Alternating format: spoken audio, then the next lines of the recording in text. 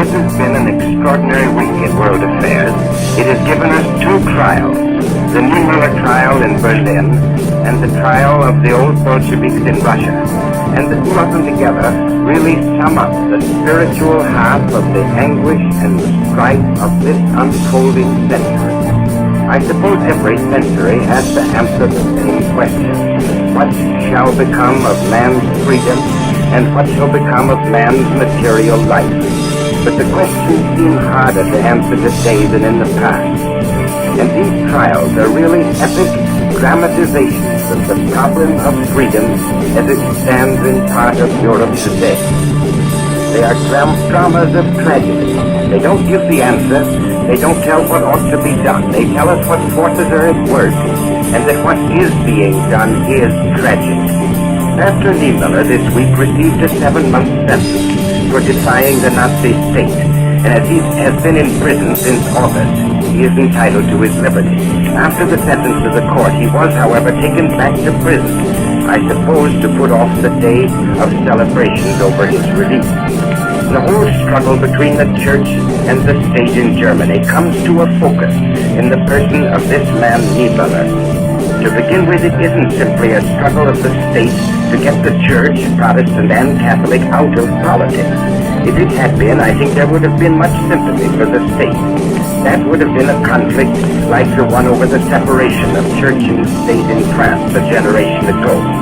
And people in this country, I think, would have felt that the church had better confine itself to spiritual life and leave politics alone. But that wasn't the issue. A church out of politics can be just as free as one in politics, perhaps even more so. But the Nazis didn't want a free church. They wanted to uproot Christianity in Germany. They disliked its Hebraic origin. They disliked its humanitarianism. They thought it made men soft.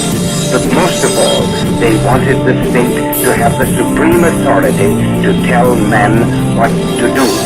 They came close to following the old Roman custom of promoting their emperor to a deity, making Hitler the voice of God. So the defiance put up by this courageous pastor was defiance on behalf of conscience and the right of man to obey God in questions of conscience and not the head of the state.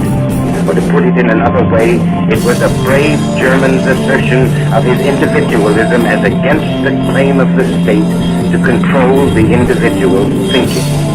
And what made the trial highly dramatic is that Martin Niemöller was not a man out of the cloister. He wasn't unmodern, without sympathy for the Hitler Revolution. He wasn't a pale ascetic. He was a fighter.